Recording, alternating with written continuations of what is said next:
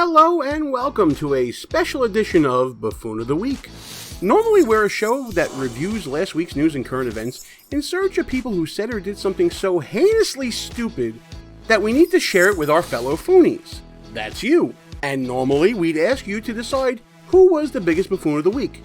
But this week, we're doing a little something different. But before we get to that, we want to tell you about buffoonoftheweek.com. It's the place where you'll find out about buffoons we couldn't feature in our videos, as well as finding other interactive content for you to enjoy, like polls, quizzes, lists, and a whole lot more if you register. So after you check out this video, go on over to buffoonoftheweek.com. Last week's winner for Buffoon of the Week was Mika Brzezinski for her unhinged, show-long tirade on President Donald Trump. The vote was pretty overwhelming, as it seemed that people are tired of the Morning Joe co-host's temper tantrums, especially after seeing how she kissed Donald Trump's ego for so many years before he became president. You thought we were going to say a bad word, didn't you? And of course, we want to remind you that we release weekly videos on Mondays at 10 a.m. Eastern Time, and sometimes we'll even release a bonus video here or there. So if you like what you're seeing and hearing so far, go ahead and smash that thumbs up button, and please subscribe to the show. Oh, and when you do, turn on that notification bell so you never miss another episode. We're growing an awesome community here that we like to call Foonies, and we want you to be a part of it. So come on, be a part of the fun, help us grow the show. It's only a small click of a button for you guys, but to us, it means a heck of a whole lot more. So like I said earlier, this week we're doing a little something different.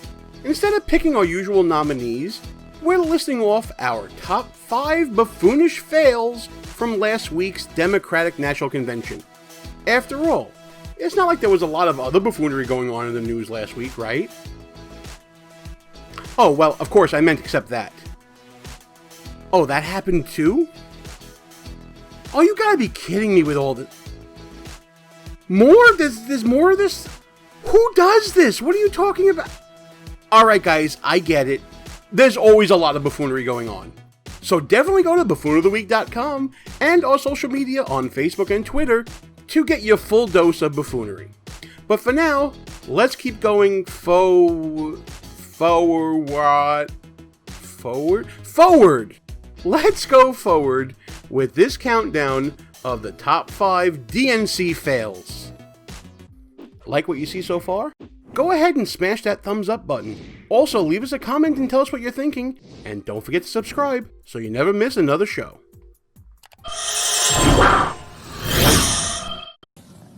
Great job. God, love you. How are you? Hey, everyone. I'm Joe Biden's husband. The 2020 DNC produced some, unique moments. Some were cheered, like Joe Biden getting through an entire speech without screwing up once. Will wonders never cease? Others left many observers scratching their head in confusion and disbelief. Here's just a few that caught our eye. Coming in at number 5 were those live feed flub outtakes. While many speeches were pre-recorded at this year's DNC, others were broadcast live, and for some unknown reason, the DNC decided to share some pre-broadcast footage over the satellite link. Like this from Bernie Sanders. Are my hands showing when I'm up here? Yes. They are? Yeah, you don't want to more. You're gonna listen in a little bit more detail. Is that a terrible thing to have my hands showing? Yes. Well, it's not terrible, but what's been good is just. You probably should get off the screen. I'm gonna get the speech. Yes, hello.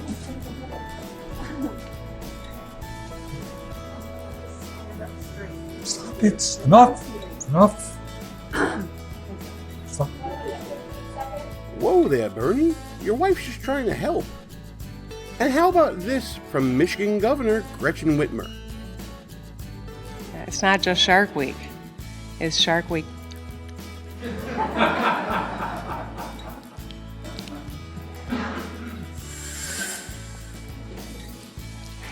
I have learned about the hot mic. But apparently the DNC hasn't. While some may like the look behind the curtain, all the DNC did was provide fodder for critics to claim that the production team was not ready for prime time. Coming in at number 4, propped up soldiers.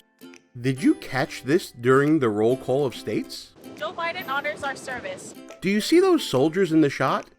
That's a big no-no for the DNC. According to ABC News, the sight of the uniformed soldiers had raised eyebrows because U.S. military personnel are not supposed to participate in political events while in uniform. This prompted an Army investigation into how those soldiers came to be used in the shot. The DNC has since stated that the composition of that shot was an oversight. More proof that the DNC was not ready for prime time. Checking in at number 3 is Pocahontas' powwow. For some strange reason, the DNC thought it would be a good idea to feature Senator Elizabeth Warren as a speaker during the DNC's Native American caucus. You know, this is all wrong, just deep down wrong. And it turns out that the American people agree that it's wrong. I'm sure you all remember how Senator Warren took a lot of flack on the campaign trail for her video revealing her minuscule Native American composition, and how that flared up again when evidence emerged that Warren claimed minority status as a Native American when registering for the bar. Why would the DNC think that after all that bad press, that this was a good idea? Who knows? But hey guys, thanks for the callback. We appreciate the memories. Just missing the top spot at number 2 was AOC's DNC WTF moment. Before the convention, many progressives were miffed that AOC was granted such a small role in the DNC's planned agenda. So when it came time for AOC to get her 90 seconds of FaceTime to second the nomination of two-time failed presidential candidate Bernie Sanders, she noticeably left out any mention of support for her party's nominee. In a time when millions of people in the United States are looking for deep, systemic solutions, I hereby second the nomination of Senator Bernard Sanders of Vermont for President of the United States of America. AOC's chilly performance was picked up by national news, which prompted AOC to lash out on social media for stoking division between her and the Biden camp. But hey AOC, you kind of did this to yourself. Maybe next time when you have a national platform, you should choose your words a little better. Before we get to number 1, don't forget that Buffoon of the Week is all over social media. So when you're online, make sure you like us on Facebook, you follow us on the Twitters, and go on over to Instagram and like us there too. But the most important thing you have to do is remember to subscribe right here on YouTube. And coming in at number 1 was the DNC's video board fail. When the time came for Senator Kamala Harris's big speech to come to a close, the DNC was supposed to display a video wall of pumped up Democrats enthusiastically cheering her on. What Harris got was the DNC's failed attempt at cloning. Thank you. God bless you. And God bless the United States of America.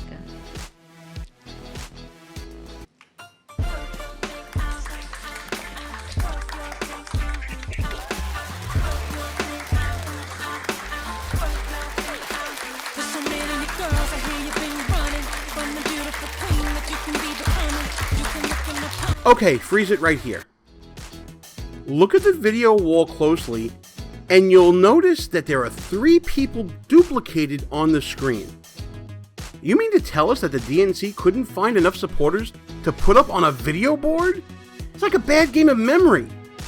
Of course, Team Trump immediately pounced on the Twitters, calling out the DNC's AstroTurf of support for Harris, which provides a fitting end to our countdown of the most buffoonish moments to come out of the DNC. Did we leave out your favorite DNC fail? Let us know in the comments if you think we should have included something else. And please come back next week, folks, because we're going to do another Buffoon of the Week show that you definitely shouldn't miss. Hey, you're still here. While you're here, you might as well check out one of our other videos like last week's show, or something from our playlist. But please make sure that you subscribe to the show so you can come back next week, where we'll have 2 more nominees, but only one can be Buffoon of the Week.